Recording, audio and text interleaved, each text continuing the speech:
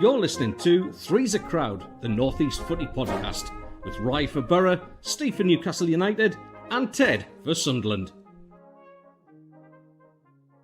I've got a really sneaky hunch that David Strelish is going to score 2 goals. I don't know why. I feel it in my left and right nipples. Yep. And when I get a tingling sensation in my nipples, I believe in it. And I believe David Strelish is going to get 2 goals. A great pass by Hayden Hackney to Riley McGree. Riley McGree puts it back into the box. Morgan Winnick tries to hit it first time. David Strelish has scored. What did I tell you? What did I tell you? What did I tell you? David Strelish has scored. What did I tell you? Did you not listen to me? David Strelish! Win your neighbours! David Strelish is on the board. What did I say to you? What about the whole tingling in the nipples? The tingling in the nipples, I told you, and he scored. Wow. Well done, right. Good morning, football fans. Bringing you live with these magic nipples. I have got Steve Wraith and the Mackham next to me. Good morning to each and every one of you. Welcome to Three's a Crowd, the only North East football podcast where we bring Newcastle, Middlesbrough and Sunderland together for a bit of banter and a bit of laugh for every Saturday or Sunday. Hope you're all fantastic, safe and well. Middlesbrough have already played. Newcastle and Sunderland yet to play. We're going to be looking into that and the results over the week with my 2 good gentlemen to my left and right. It's a good morning to you, Mr. Teddy Mackham. My magic nipples are all here for you, mate. Yeah, remember when we used to be classy? Like, in the last 7 days, I've gone from a 35-minute interview on radio, by the way, talking about how good and classy this podcast is, and then you come on with your nipples, and I've got family watching. It's just it's not right. I do apologise to the Mackham family. But to be fair, you were on form yesterday. I enjoyed the watch along, mate. I enjoyed watching Middlesbrough last night, to be fair. You lost the second half, but there you go. No, the second half was, I don't know. The work was done in 45 minutes. Good morning to you, Mr. Steve Wraith. Good morning, mate. Good morning, yes. Congratulations. A good win last night for you guys. And interesting, Sky were building it up was Hull getting ready to go into second place. So, maybe they believed the hype before the game. But, well done to Borough. Good results. And, back in it, I guess, opening a little gap between you and Hull again and closing the gap on Coventry. It was an incredible performance, and obviously the second game in charge for Kim Hellberg, our new Swedish manager. I was reporting to you live as well. What you see behind me is normally my office, but I'm actually coming to you live from my local IKEA here. As you can see, here I am from the local IKEA where Swedish meatballs are on the menu for any opponent that comes near us, and we're going to be serving them up red hot and down the throat of any opponent because the Swedish mafia is here and we're here to stay. I tell you, it's an incredible Swedish takeover. The rumour is that Isak might come down the championship. Such is bad Premier League form. He may come down to Middlesbrough under Kim Hellberg to link up with the Swedish manager. I'm just hearing rumours. Let's start it off with Middlesbrough last night. A fantastic performance in the first 45 minutes, scoring 4 goals to zip. Obviously, the second half was a different story where Hull would get a penalty. They would convert that, and the final score would be 4-1 in absolute torrential rain, lads. I don't know if, Steve, if you've... how you've managed to keep dry, if that's what the rain last week against Derby County for Middlesbrough was torrential. Last night was torrential. If that hasn't stopped, mate, I'm surprised you haven't swum into the local pod. Yeah, it's strange weather at the moment, but that's what winter brings on Tyne side and Teesside and Weir side. It's it just came out of nowhere last night. To be honest, we've had all sorts this week, but look, it's going to take a while for this manager to come in and get his tactics across to the players, to get his ethics across and what he's expecting from the team. I did suggest that you'd get a new manager bounce last weekend. It's come a week late, but that's what you want. You want players to respond. You want players to respond to the new man coming in, and they really need to look at where they are in the table and say, look, from our perspective, lads, it's in our hands at the minute. And it is, because you're in the top 2 and that's where you want to stay. I think Coventry, unless they have a massive collapse, will win the league. I think they're already showing signs of a team that could go to that elusive 100-point margin and probably go through the whole season, almost unbeaten from now till then. But I think Middlesbrough have got it in their hands, And we all saw what happened with Sunderland last year. Sunderland did drop away, but what they cleverly did last year was essentially protect the players for the playoffs. They clearly knew that that they were going to be in the playoffs, and they didn't waste any energy, didn't waste any players. They were clearly working on that tactics for the playoff final, and they got the win and are in the Premier League and now reaping the benefits from coming up. So yeah, look, Borough. We've said it since the start of the season. Would love to see Middlesbrough, Sunderland, Newcastle in the same league. It will be fantastic for the Northeast, fantastic with Northeast football. We've seen it with the Northwest for so many years. Why not the Northeast? And it's about time that the three Northeast teams weren't yo-yo clubs, that didn't go up and down. And I know some Newcastle fans will be going, Steve, man, we all want to see Sunderland get relegated. But I've always been on the polar opposite of that. As long as Newcastle are above Sunderland, I've always been happy. And at the moment, Sunderland are doing really well. We'll come on to them in a bit, but we want to see Middlesbrough up there, and would love to see Middlesbrough get promoted. So fingers crossed 100%. They do. Keep putting up the fight, lads. That's what you got to do. That's all we got to do. It's a long old slog in the championship. We've got 3 games in a week. Again, obviously, Middlesbrough away to Charlton midweek. But what a performance it was last night in the wet, Teddy boy. I mean, Noah has been...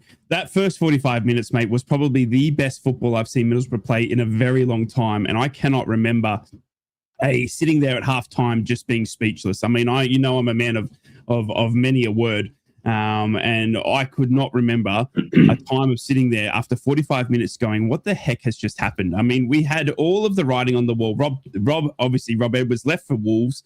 We've managed to get Kim Hellberg in, the Swedish manager, unproven in the English game, much like Regis last season, where you were going in with the unknown. 2 games in, mate, and we've beaten Derby County and Hull City. Yeah, I mean, it's like I commented on your watch along yesterday, which I really enjoyed. I particularly enjoyed that first half. I thought they were excellent. Oh. What I said at the time was they were very neat and tidy at the back. They were so sharp to every challenge in midfield, and that game was won in midfield for me. I know, obviously, Stranic got on the score sheet and all that, and you took your chance as well, but the midfield for me were just superb yesterday, especially that first half. Like I say, even second challenges and loose balls, they were just first on everything. They were seizing on any kind of miscontrol from the Hull City players, and Hayden Hackney quite rightly justifying the kind of price tag that's being talked about. That's it, up front as well. Took their chances superbly well. The finish from Stranic, he made that look a lot easier than what that chance was, because he really had to make time for himself to do it as well. McGree's goal as well, I thought was excellent.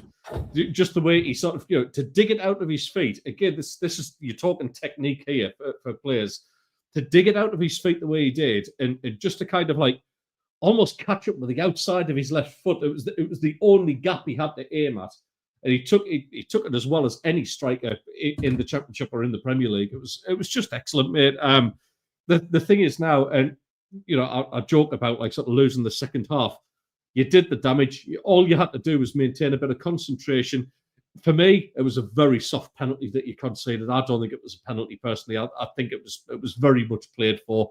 But obviously, with the absence of VAR, it's not going to get overturned. But you did a professional job in the second half. There's no need to go hell for leather. It's going to take some catching Coventry with the goal difference now anyway. It's all about points. And when you're in this position, when you're playing that Friday night game, you just got to make sure you get your result. Now the pressure goes back to Coventry to maintain their points difference. And to be honest, I said it yesterday, and I think I might have mentioned on the show previously, I just feel like Coventry are going to slip at some point. And just like what Sheffield United did last season, where they just slipped down into third, couldn't get back into the automatic spots. That's going to happen. And when you look at like the likes of Scotty Parker, who's under pressure at Burnley, yep, they've got to be looking at somebody like Frankie Lampard going, right, we're in the mire.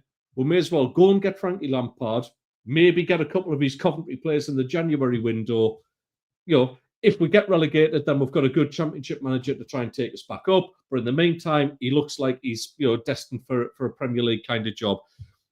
They'll either lose him to a Premier League side, or I think Coventry will slip up ultimately anyway. So you've just got to go about your business and pick up the wins like what you have done in the last 2 games. Very contrasting games. You blew them away yesterday and that first half with great football. The Derby County one was more of a Grafton win. If you've got those 2 kinds of wins in you, Middlesbrough are on a really, really good path, mate. I was very, very impressed with that first half. No, honestly, it was incredible. And if that's the type of football that Middlesbrough fans can expect under Kim Hellberg, we are in for a very, very exciting. And honestly, Rob Edwards might have given us a bit of a favour, because I don't think a Rob Edwards style of football gets us a win last night. I think we come away with a draw. I don't think we score 4 goals in the first half. I think Kim Hellberg set us up tactically. I mean, he brought in Alex Gilbert, his first start of the season. We haven't seen Alex Gilbert for a good 12 to 16 months. And we had, obviously Alan Brown, the loanee from Sunderland, he was out ill. We had Matty Target in a makeshift, back 4. And Alex Gilbert comes in and just plays like Perlo. It was incredible what they've seen with him and made him into a defensive midfielder. And I haven't seen that much of a capitulation, apart from England, who are doing exactly the same thing. 2 for 95, if anyone's watching from home. Hey, 2 for 95. Hey, Mitchy Starkey. Righto, we've got to move on quickly. We've got too much football to talk about. Club football is here. We have got a massive, massive game in Sunderland taking on Man City this afternoon. I'm excited for this one, Teddy boy, because you're obviously away from home. You're going to the Etihad. This, for me, is a very, very good, and I keep saying this isn't for me. It's exciting for me to see Regis go up against the likes of Pep. Pep, for me, over the past 5 years or so, is the best manager in the world. It's the way we saw it down in Championship level. Obviously, Middlesbrough have been bouncing down the Championship, but every team in the Championship deployed this 4-2-3-1 from Pep Guardiola. Everyone started playing it out from the back from Pep Guardiola. I mean, his style of football, his tactics, his mind changed the way football was shaped. He now comes up at home against Sunderland in a brand new team, and I'm excited to see the battle of Regis and Pep. We saw Sunderland match it with Arsenal, obviously going 2 goals down, managed to bring that back. How are you seeing this one play out? Because I think this one's more exciting than fans are giving it time for. Well, first of all, happy birthday or bon anniversaire to Regis Lebris, who hits 50 today. So nice way to celebrate your birthday is a trip to the Empty Had and go and take on one of the greatest teams in Europe at this moment in time. Yeah, excuse me. You got two of them back to back, actually. Yeah. No, we've played Liverpool already, mate. Oh, you nearly got me. You nearly got me.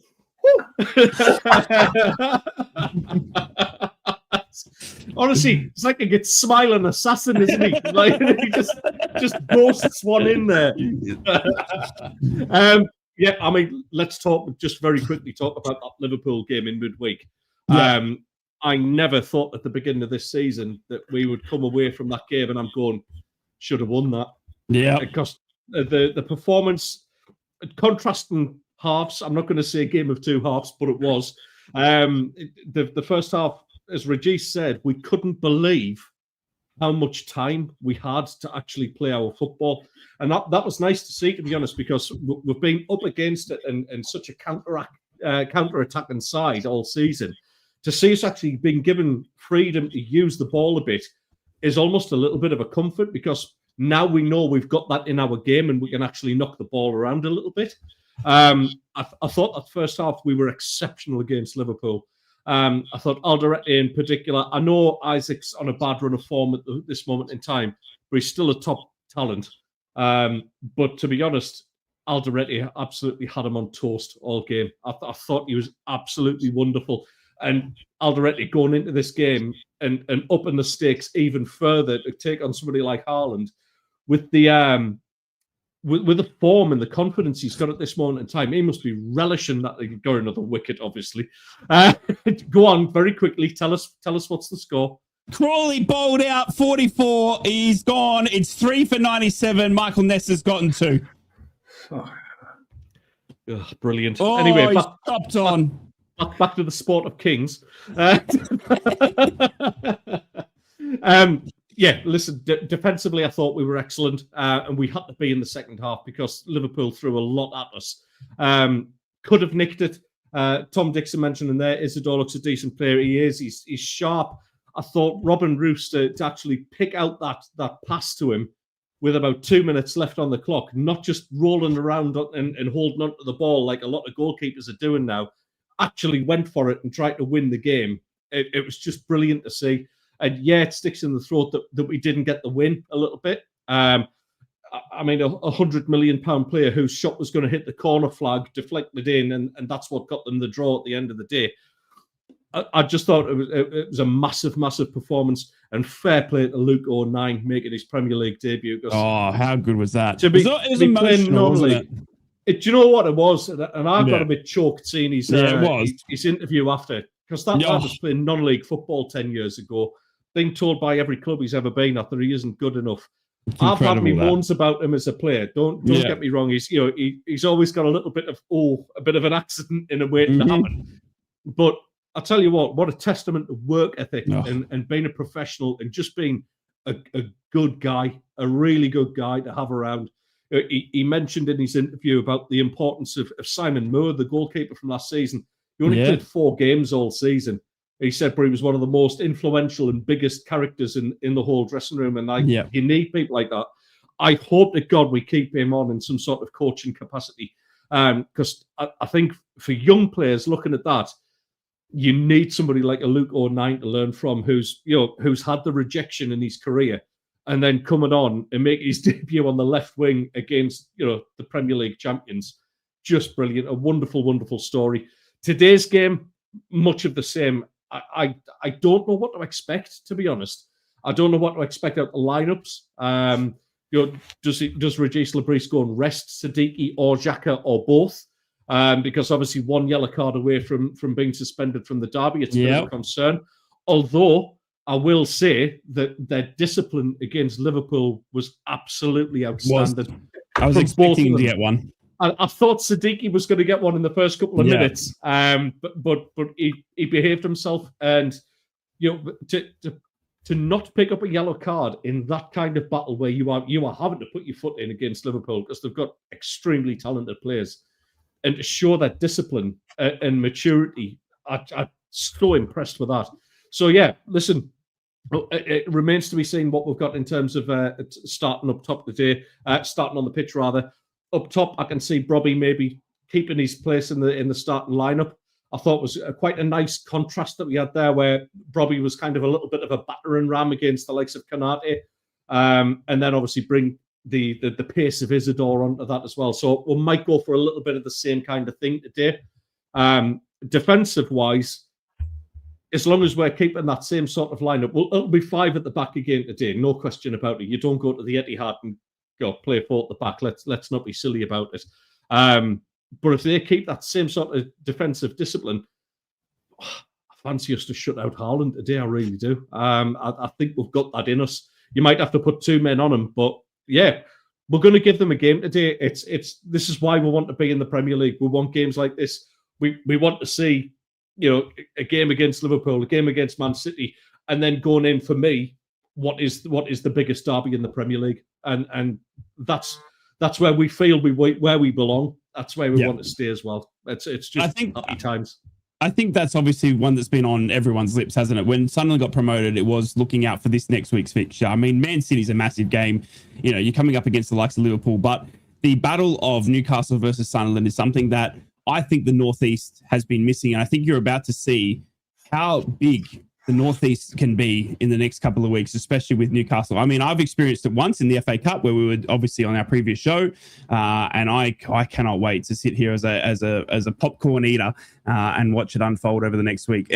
I just want to take you back though, Teddy, just quickly before we obviously look forward in the next moment to that Bournemouth game, mate. The ability for Sunderland to keep coming back from being behind is incredible. I was watching, obviously, Middlesbrough at the same time. I had people coming in saying, Sunderland are 2-0 down. And all of a sudden, Bournemouth have given up a 2-goal lead to let it go back to 3-2. They also got red carded as well. Iraola going around as one of the upcoming managers, someone that they said should have gotten the Tottenham job over Thomas Frank as well. And you've managed to take 3 points off Bournemouth as well. I mean, we keep talking about, do we start believing? Do we start thinking? I mean, these results are not becoming flukes. To come back 2-0 down against Bournemouth, mate, that must have been some performance. Weirdly, so I sat and watched it with the missus last weekend, and even at 2-0 down, I actually said to her after they scored the second goal, we're going to win this 3-2, because we were so far in that game. It was so even in those first few moments of the game, and even for the 20 minutes. It was it was just incredible to watch. You just didn't doubt it for a minute. I was really, really impressed in terms of the fight and just the way they're taking their chances as well. It's unbelievable. But for me, to answer your question, mate, do we start believing? It's still very much for me a case of let's get to 40 points. I mean, I love Hobbitt's enthusiasm and his confidence. A Sunderland win for me. You're a better DJ than you are a pundit. Let's put it that way, Hobbit.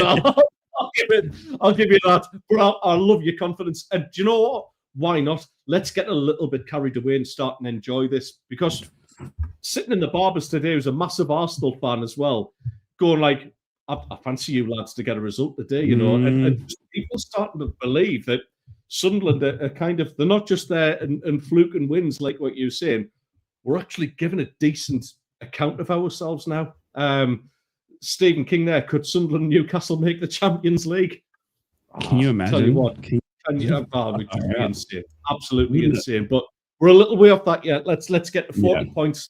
Let's see what we can do today. Keep everybody fit and well, and then we'll go into arguably the biggest game of the season after that. There is the massive fixture on the horizon, that is for sure. Stevie, mate, over to Newcastle United. Let's look back before we look forward. A massive week. Obviously, the draw with Tottenham, which I don't think should have been a draw. I think you were very unlucky there. Obviously, Romero equalising it late on. But coming off that, a massive win, mate, against Everton, which I think put... I mean, we were speaking about it here on the pod. I thought we were going into that game very nervously because it's the away form that's been on everyone's lips. But Eddie Howe managed to get it right against David Moyes, a tough opponent, and not only did he get it right, you blew Everton out of the water in their new ground. And then a tough midweek fixture against Tottenham. I think we're lucky to take we're very unlucky, to get 4 points, which I think could have been 6. I mean, look, let's start with a positive. The Everton game, 4-1 win. The stadium, wasn't impressed with it. I've got to be perfectly honest. No, but, really? No, I mean, it's in the middle of nowhere. Crazy to be, they breached a few heritage rules as well, by the sounds of it, to get their ground there. But no, not a great place. Inside, yeah, good for atmosphere, but as a ground to get to, awful, and nothing around it. So that's my advice for anyone who's thinking about going there. Go there once, but you probably not want to go back. And the bars and everything, awful, really, for away fans. Anyway, performance on the pitch, excellent. Best away game of the season. And I mean, bearing in mind, I've been to virtually every away game this season, and it's been an awful experience because we haven't won any games. We've drawn, we've got points at places where we wouldn't have got, but it hasn't been entertaining and it hasn't been enjoyable. And that was the best away end of the season by a country mile. Everyone had a great day out. Some great performances. Got to pick out Malik Chow for his 2 goals, but his defensive performance as well, and ultimately. Voldemort again, because he's ploughed a lone furrow since the start of the season. He was excellent, but a return to form for your wingers as well as always great. Barnes has been exceptional, and for me, a great performance. Then we got to midweek, and I'm not going to be too critical of the lads. We all felt we would win that game. I wasn't as confident as some of the Newcastle fans on my podcast who were, predicting 3s and 4s. I felt Newcastle would get a win. I was a bit more conservative and went for a 2-0, 2-1 kind of scoreline. I was jumping between the two. And in all intents and purposes, Newcastle should have got that. Unfortunately, they came up against a Spurs side that had a bad weekend and had decided to come and shut up shop They came up and settled for a point. Newcastle, on reflection after watching it back on TV, were definitely the better team, but there's nothing you can do when a player like Romero scores 2 goals like that. We can be critical. You can pick out a defender and Dan Burn and say maybe he should have got across quicker. You can pick out Aaron Ramsdale for a poor punch, which then led to the goal. Controversy in the game as well, because I personally, even as a Newcastle fan, didn't feel that was a penalty. Then when you sit and watch, you read the rules that were put up on the TV coverage, it is a penalty. But the problem is that there's no consistency in refereeing, so that's why there's always controversy around this. If every time a defender wasn't looking at the ball and put his arms around a defender and wrestled a forward, somebody in the box from the opposition team wrestled into the ground, we would have a penalty or 2 every single game. And it's the consistency. You either do it or you don't do it. So my point is here that I don't think it was a penalty, but of course by the letter of the law it was. So the referee was overruled. Newcastle 2-1 up, and on the balance of play deserved it. But then the second goal, Malik Chow was wrestled to the ground in exactly the same way by one of the Spurs players, which put him off kilter. He probably could have marked Romero and probably would have got the ball. I know ifs and buts and ifs and ands are pots and pans, but he then has to get up, and as Romero is shaping up for his shinned overhead free kick, Chow's just getting back into position. So, listen, I think Eddie Howe described it perfectly yesterday. In football is a set of random events. You can't play. You can't play football without it. It happens, unfortunately. Freak goals happen. Things happen like that, and that's what happened on Wednesday night. Would I have took 7 points from Man City at home, Everton away, and Spurs at home? Of course I would have. 7 out of 9 points. That's a great return. Bearing in mind as well, Newcastle couldn't win an away game. It's good. It's great, Yeah. My prediction, I think I saw a comment on probably last week's stream from a Sunderland fan saying, Steve Wraith predicted Newcastle would be above Sunderland. How's that working out? I genuinely thought we would get 9 points out of those 3 games. We got 7. We've fallen short. We win today, and Sunderland get beat. Newcastle's a point behind Sunderland going into the derby. At the grand scheme of things, it doesn't matter, because I genuinely always say on here that it's what happens at the end of the season. Whoever's above, if Newcastle's above Sunderland or Sunderland's above Newcastle, they've deserved it, and it's what happens in May. So, and I know most Sunderland and Newcastle fans will feel the same. But yeah, 7 out of 9 points is great. I think Sunderland fans will be a little bit more concerned, only a little bit more, because they are playing well, even though they've played nobody yet. But they are playing well.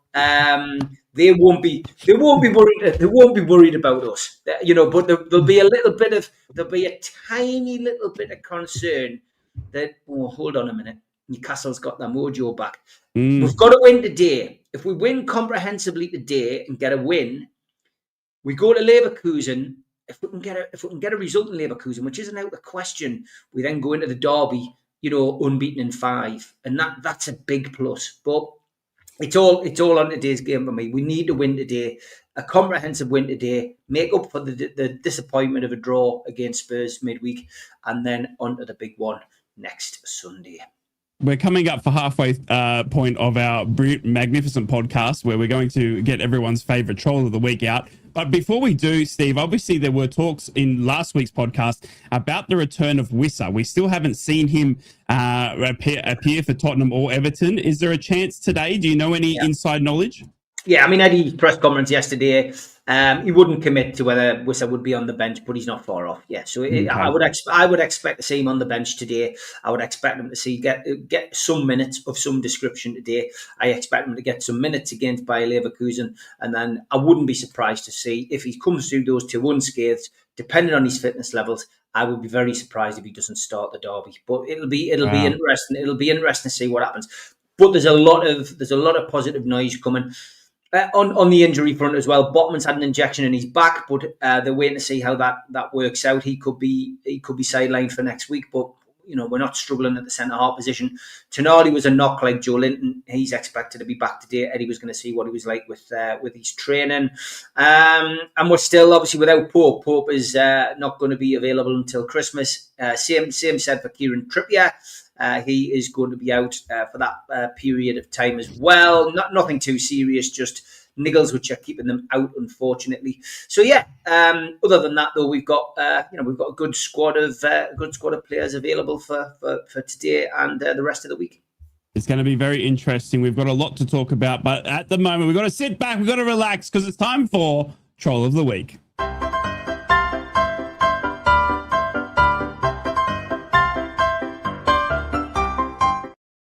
And thanks to everybody for sending them in. Just to make sure, as a little bit of a disclaimer, none of us support any of these views, which you will see in Tweet of the Week.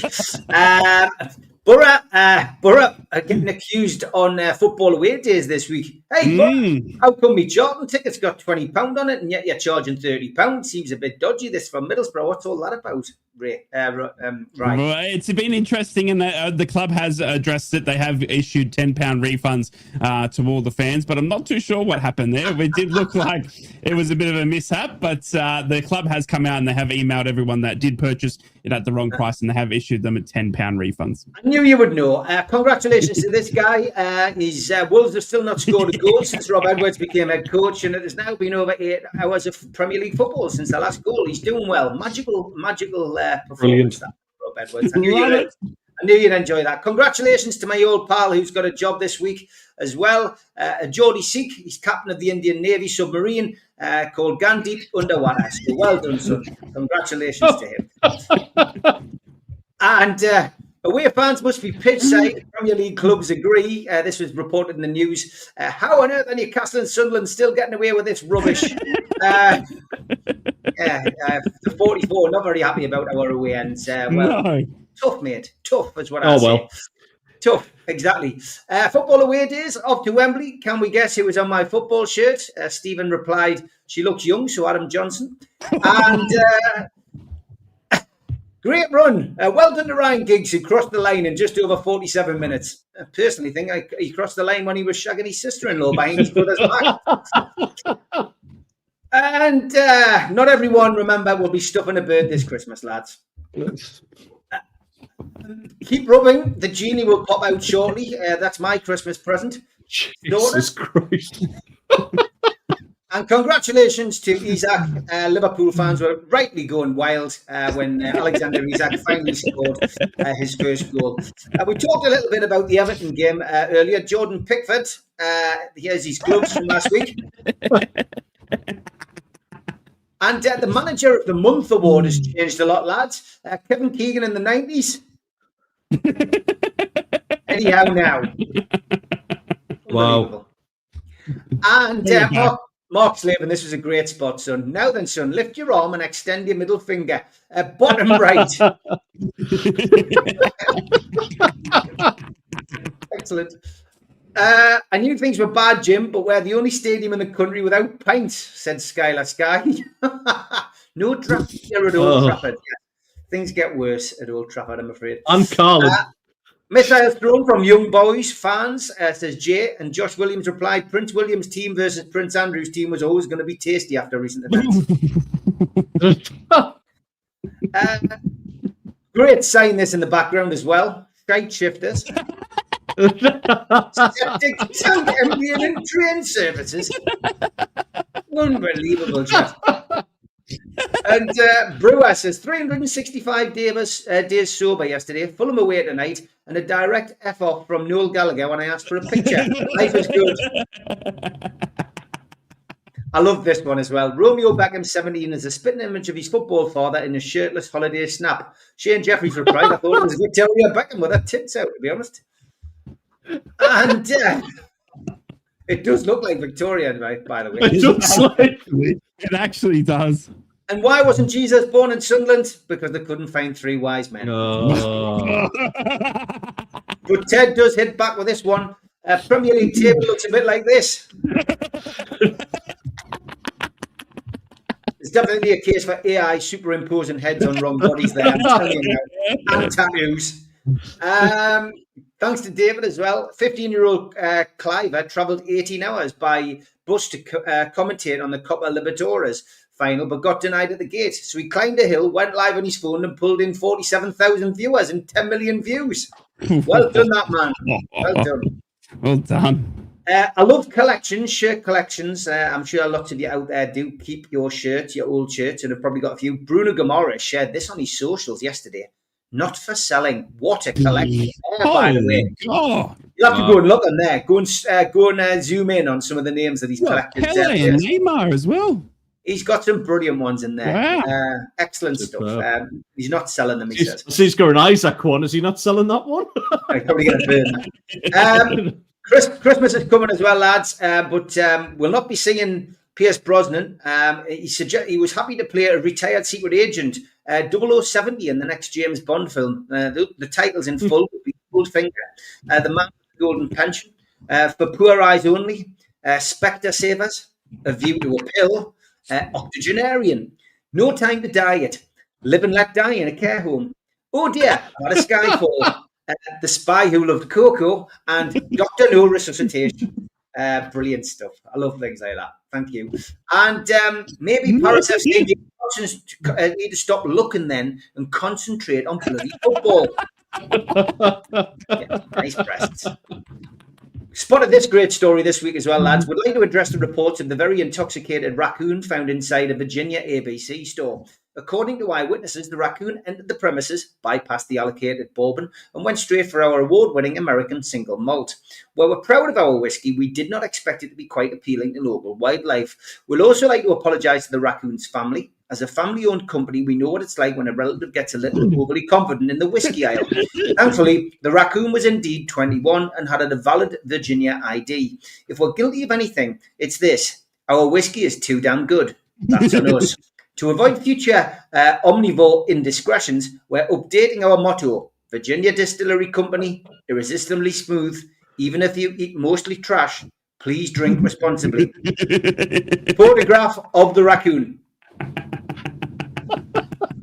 Absolutely struggled. Finishing up with these two. How to avoid coronavirus, lads? Well, wash your hands like you've just fingered Widow Twangy. I knew that one would go down well, lads. I think we'll leave it there. That is Tron of the Week for this week.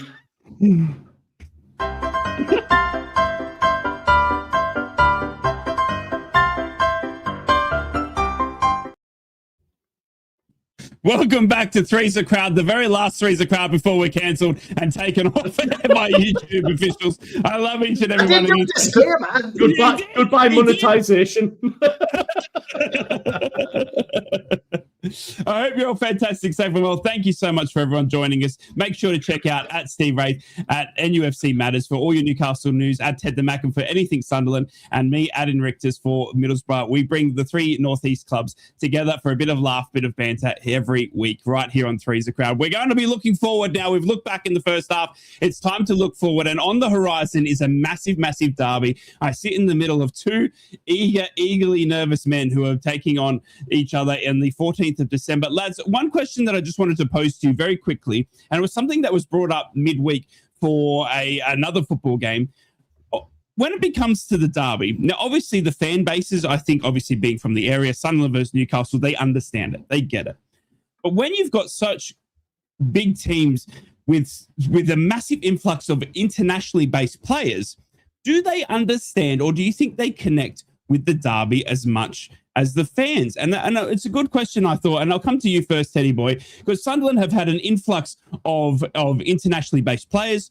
Obviously, we saw you spend 170 odd mil in the summer transfer window. You haven't got any real talent starting, apart from Chris Rigg, who would probably understand it maybe. But there's no real players out there. You know, you've got Jordan Pickford, obviously at Everton, that understand what it means to be taking on Sunderland versus Newcastle. Do you think that is lost because of the internationally based players, or do you think it's just something that because of it's modern football? I don't think it's lost on them at all, and I can probably confidently speak for both clubs in this way, in the fact that you have so many local people actually within the club still. All right, maybe not so much on the playing staff, but the left in no. What WTF is this crap? Crispinator 90. Not happy. Well, yeah. Hates us. I think he needs to lay off his alien ganj leaf, to be honest, like and go and play Farmville. Yeah, listen, neither set of players are going to be left in any uncertainty as to the magnitude of this derby. Absolutely no chance. There are people in the club, the fans, when they're around the local area, it's all the fans are going to be talking about. It's all the people who work at the clubs are going to be talking about. Most clubs now, as part of their recruitment process, are kind of like they're looking at personalities as well as the talent side of things. They're looking for the people with the right attitude towards joining a Premier League club such as ours, especially when you're in the northeast of England. It does take a different mentality. It's not the glamour lifestyle of living in London or anything like that. It's a grafting area. And you need a special kind of personality to play for these clubs. And I think that'll be very much part of why they were brought in, the ethos of why they were brought in the first place. And I think that even if they were uncertain, like I say, they're just going to be in no doubt of how massive this is going to be. I think both sets of players, even now, going into this weekend, they're still going to be looking at it kind of going, yeah, the derby's next. Everyone's talking about this. They can't escape it. My family's absolutely buzzing. I had a quick conversation with my sister this morning. She's already nervous about it. Season ticket holder has been for years. She's nervous about it now. My great nephew is absolutely bricking it because he's going to be mascot on the day and leading the side. Oh, mate, honestly, I showed you, lads. So pleased for him. Incredible that. The video was excellent. I'm buzzing because he's such a lovely kid as well. He's his mum and dad have done a great job with him, and he just deserves it. And listen, that's what the players can't avoid is from a little kid getting his chance to be mascot in a game like that. Everyone is talking about this game, so both sets of players will be absolutely bang up for this. I honestly feel like this is going to be one of the biggest derbies possibly in the history of this fixture, because we're in a situation right now where Sunderland have obviously went and surprised everybody so far this season, and we're playing a lot better than what anybody anticipated. It never felt like a proper derby in that FA Cup game because of us being, at the time, we were struggling in the Championship. We're under Michael Beale, for God's sake. It was the most horrendous aspect. I think that was worse than our League One days, was having Michael Beale in charge of the Championship days. It didn't feel like a proper one. A proper derby is the league game. And once we have Middlesbrough back in the Premier League as well, and we get a taste of that again, even though I make fun of it and call it the derbish, that's what it's all about. And this just has a flavour of such a big fixture this time around, because obviously Newcastle flying in Europe at this moment in time, Sunderland surprising everybody and taking scalps, and Steve put in our WhatsApp group, we've had points out of 6 of the top 8. Yeah, and that ain't fluking it. And as he's joked on earlier on about they haven't played anyone yet, and we actually have now, and we're dining at the top table for a reason. So it's just going to be a wonderful game. I can't wait for the two midfields to get stuck into each other. I can't wait to see two sets of strikers, goals that can be scored from anywhere, and in terms of defensive units, I can't remember a time where Newcastle and Sunderland have had defenders of this quality. I really can't. It's just everything about it points to an absolutely amazing game. Yeah, I'm nervous now about it, to be honest. I'm looking at today. The only thing I'm nervous about today, playing Man City, is, for God's sake, Xhaka and Siddiqui get through it without a yellow card. That's going to be tough, isn't it? If we get beat, we get beat today. Nobody's expecting us to go to the Etihad. You don't want them missing. This is the biggest derby in the Premier League. I'll go on to say that. Hands down, there's nothing else like it.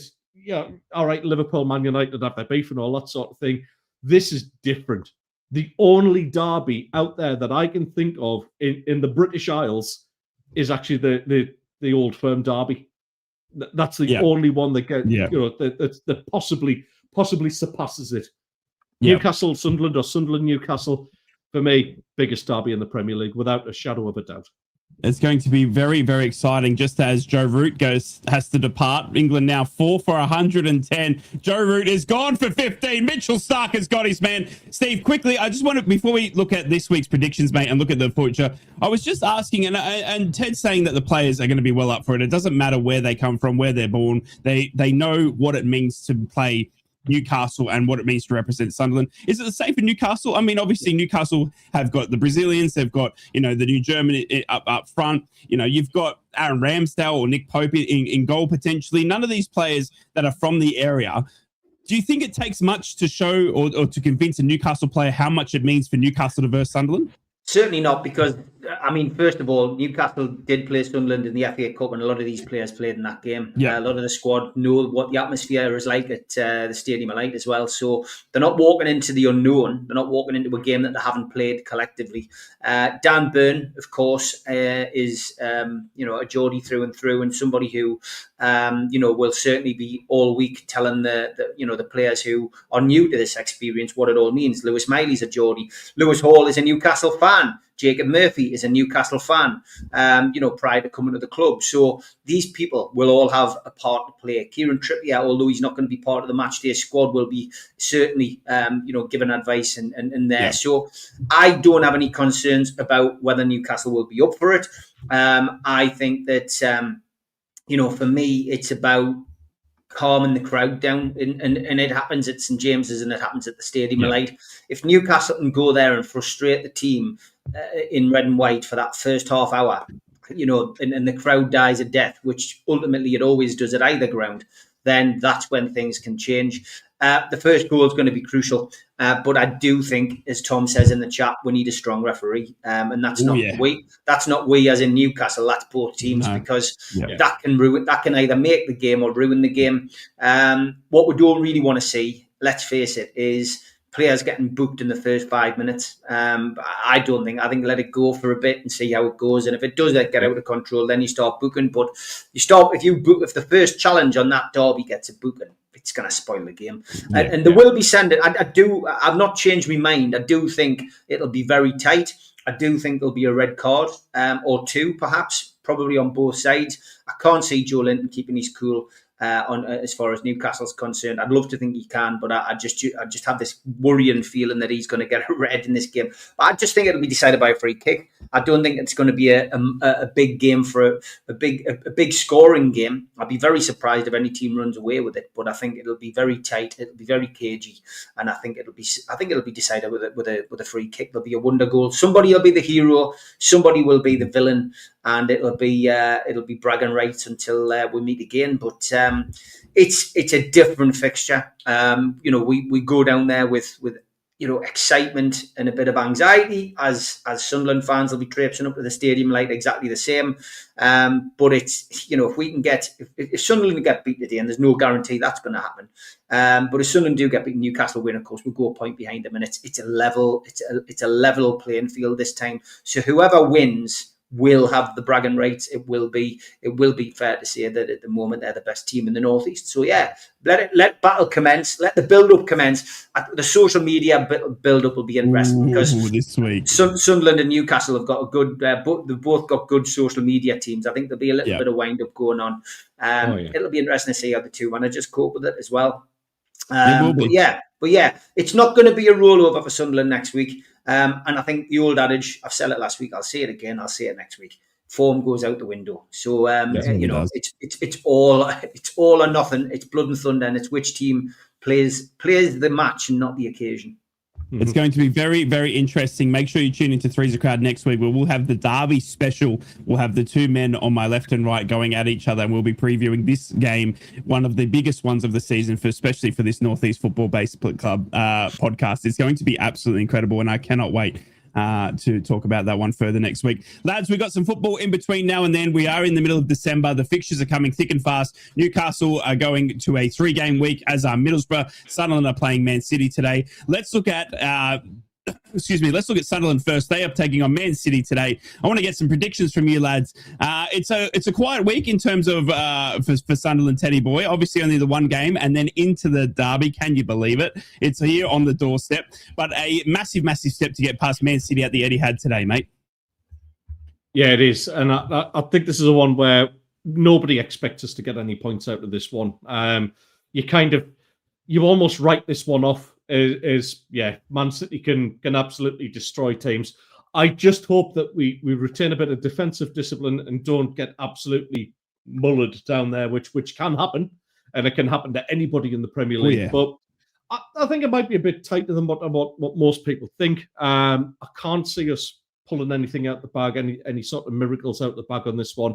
I don't mean to be pessimistic or anything like that. I'm just trying to be a bit of a realist. If we got a draw out of this, I'd be absolutely ecstatic with that. They have got their problems, obviously, in terms of injuries. They're still missing Rodri. Kovacic as well is also missing from the squad as well. But it's Man City, and they can just pull out another £80 million signing to replace them on the bench and all that sort of thing. Where they are a little bit shaky is in defence. So I think if we can get at them, it's not our usual kind of game. Or if we actually sort of put a little bit of pressure on them, we might just get a goal out of it. So with that in mind, I'm actually going to go. I'm going to go for a defeat, which I don't normally do. It's a head versus heart thing, as Mr. Wraith would say. My heart says 1s each, but my head says 2-1. I'm going for a 2-2 I'm going for 2-2. I think it's obviously what we saw against Arsenal. Really? I think that Sunderland can get up, and I think there's going to be goals in this one. I think both defenses are going to be tested. I think Erling Haaland is a man you can't stop, but I still think Sunderland have the ability to break down Man City on the counter. Stevie, obviously a tough test for Sunderland this afternoon at Man City. You're fresh off a Man City victory. Yeah, I'm going for a 2-2 as well. I think Sunderland will get a point. Man City are leaking goals. Look at that game against Fulham midweek, 5-4. Yeah. Absolutely ludicrous. It really was. Look, we've been tortured at Man City. We've never won at the Etihad. It's an awful ground as well. It's in the middle of nowhere. It reminds me of, like all these kind of flatback stadiums. I'm not a fan of them. That's why I'm, really concerned that Newcastle don't go down that route. But yeah, for me, I just think it's one of them games where Sunderland they seem to be rising to the occasion, and they haven't got any fear. And it can all go to pot. It can be the most fragile of things, confidence. And if City do get that early lead, they love scoring early. I'd love to know the stats, but they always score early. And if Sunderland concede a goal early, Man City can get that second, then it could all go pear shaped. But watching both teams in recent weeks, I still think there's a point there for Sunderland. I think they'll get something. So 2-2. We're going for 2 draws and a loss I'm there. the only one. You are. We both think 2-2, and the Sunderland fans gone for a loss. But it'll be interesting to see, and it's going to be a tantalising fixture, that's for sure. Let's move on to Newcastle. They've got 2 games this week. Stevie Wraith, before the derby, mate. You're obviously Burnley today. And an interesting one for me before we talk about Leverkusen as well was Burnley's manager Scott Parker coming out midweek saying that, and I quote, "The mental toughness of my squad is there. I think they are a tough bunch of group. They're a tough group and they are mentally strong.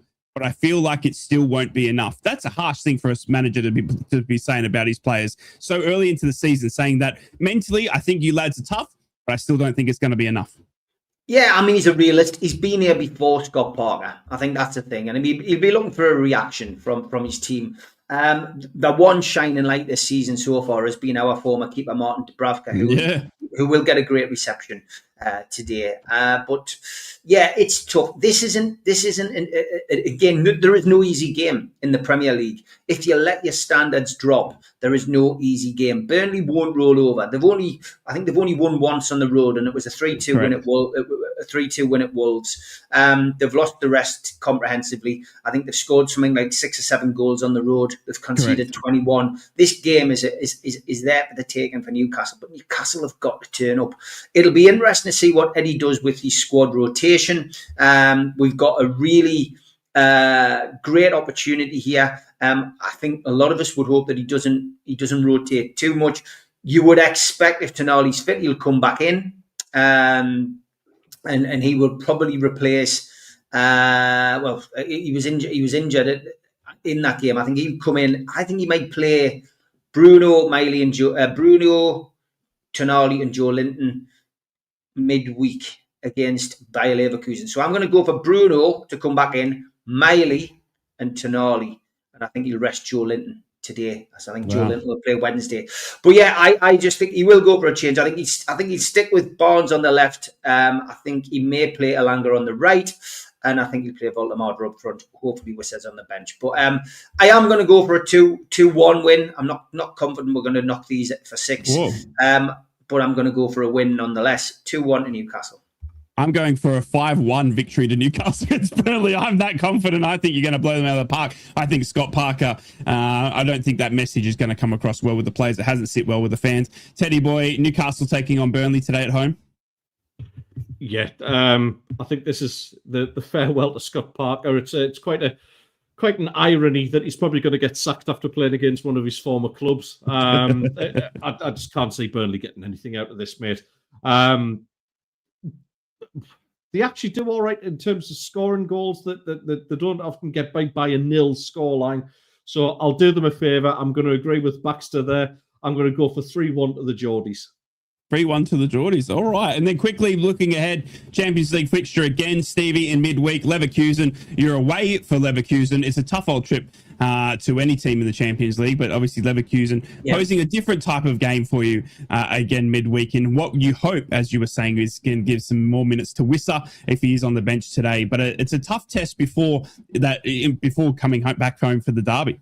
Yeah, I mean, I'm setting off. I'm going across to Leverkusen. I'm looking forward to that. It'll be a tough game. For me though, this is one of our winnable games. If we can turn up on that night, we can get 3 points out there.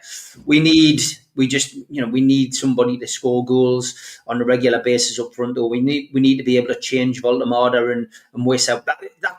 That's the big hope, and Eddie's keen for us not to put too much pressure on Wissa's shoulders. It's virtually impossible, But we need to have the capability of being able to change things up front. If we've got that today, and we've got that on Wednesday, then I genuinely think that we can probably get some kind of result. We can get a win on Wednesday night, but it's all dependent on today's game and if Wissa does play. So I am going to go for a 2-2 draw on Wednesday, which a point wouldn't be bad. It almost securing our places in the playoffs, and it means our Champions League journey continues. I picked a ones each for the midweek draw. Teddy boy, Leverkusen at home to Newcastle in what is a tough midweek feature in front of the inaugural massive derby on the following weekend. Yeah, I'm going to use some twisted logic here, in the fact that Newcastle beat Man City, Leverkusen beat Man City, so I'm going to go for a draw in that one, and I'm going to go for a ones each. To be honest, it's a tough game, this one. Like I say though, Newcastle just going so well in Europe at the minute, and they seem to have kind of got the mentality to play these European sides. Leverkusen are no duck eggs, they have had a big turnaround in players, obviously. Ten Hag obviously doing his best to turn them into a top 10 team, like where he did with Manchester United. But yeah, so yeah, listen, they've still got some quality about them. A draw away from home is no disgrace against Leverkusen. So I'm going to go for a ones each on that one. And then obviously Voldemar to pick up an injury, Wissa to pick up an injury. Yeah, there it is. Yeah, there it is. Yeah. No, I completely agree. I think there's going to be sickness running through all the squads, and it'll be Chris Wigg versus, I don't know, Tim, the Pope or something like that. It'll be the only two left standing. Yeah. It's going to be massive. Sorry, we've got to talk quickly now about Middlesbrough. Obviously, they've got 2 games midweek as well. They've got Charlton away. It's a tough old fixture going down to London. But it's 30 quid. It was a bit expensive. But the Swedish meatballs are hot. The Swedish meatballs are hot. They're coming out of the IKEA shop quicker than we can handle them. And Middlesbrough are absolutely firing. 4-1 victory last night against Hull City. An amazing performance by Alex Gilbert in the middle of the pitch. We go to Charlton midweek, where we could look to close the gap further on Coventry if results were to go our way this week. If not, then the goal difference as well. But opening up that gap between us and third, and locking in that top 2 spot as well, heading into a tough Christmas fixture. Charlton obviously have just come up from League One. They've got a tough manager in Nathan Jones. For those that don't know, Nathan Jones is obviously the manager that took Southampton and Luton Town up, but then he was sacked. Look, going down to Charlton, I haven't got good memories of it. Middlesbrough fans, I'm not sure if you remember, but obviously the Charlton game away was Aitor Karanka's game, where he failed to rock up because he had a falling out with Stewie Downing. It's an interesting place to go, but Middlesbrough going down there with full of confidence. And I'm telling you, the Swedish meatballs are hot. Middlesbrough away to Charlton midweek. Teddy boy, how do you see that one? I think it'll be the Gilberto show all over again, mate. I think it could a safe 2-0. A safe 2-0. I think it's a very, very winnable game for you. I'm honestly going 5-0. I think we're that good. I think the Swedish Revolution is crazy. I'm going to see Isak in the stands because he wants to come under the Swedish Revolution. He's had enough at Liverpool. It just hasn't worked out. Steve, obviously, midweek trip for Middlesbrough down to London. Not a tough trip. Sorry, it's a tough trip for any Northeast team, but going midweek to Charlton, they aren't doing the best, but Middlesbrough looking to solidify 3 wins from 3 under Kim Hellberg. Yeah, I'm going to go for a draw, mate. 1-1. I think it'll be a tight game, that one. But yeah, you should win. But I'll go for a draw, mate. I don't want to predict 3 wins because we know what happens on this show when we all predict 3 wins. We've got a big curse. I'm trying to help you out, mate. I'm trying to help you. Well, speaking of helping out, we've got a big result in the cricket again. And Scotty Boland's got another one. It's Brooksy. He's going to have to leave. England are going to be down 5 for 110 here in Australia. Sadly, we've lost Bry. I don't know why. There seems to be some kind of problem on the show here. Is he finished yet? Oh, there he is. He's back. Hello, Ray. Sorry, mate. We lost you there. He's gone. He's walking off. Australia on top here in the Ashes. It's absolutely seized. Thank you so much for tuning in to Three's a Crowd. Hang on. I just want to point out a little bit of culture from Stephen Horn here. This needs pointing out. This is such a niche reference. Will it be Swedish meatballs or will it be a surstrumming night? Do you know what surstrumming is? And is that really rotten fish? It's fermented fish. Yeah. I'll tell you what, that's testament to the people who watch this show. Intelligent people. Love it. You know what happens when you've got a bad fish?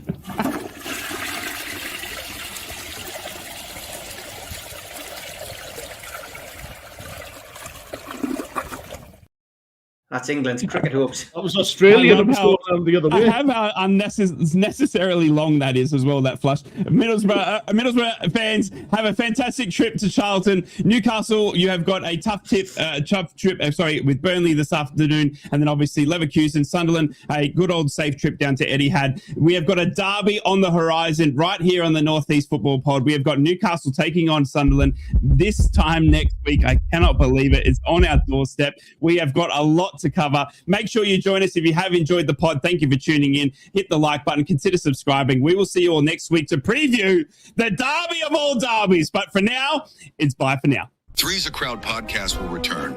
That's not a threat. It's a promise.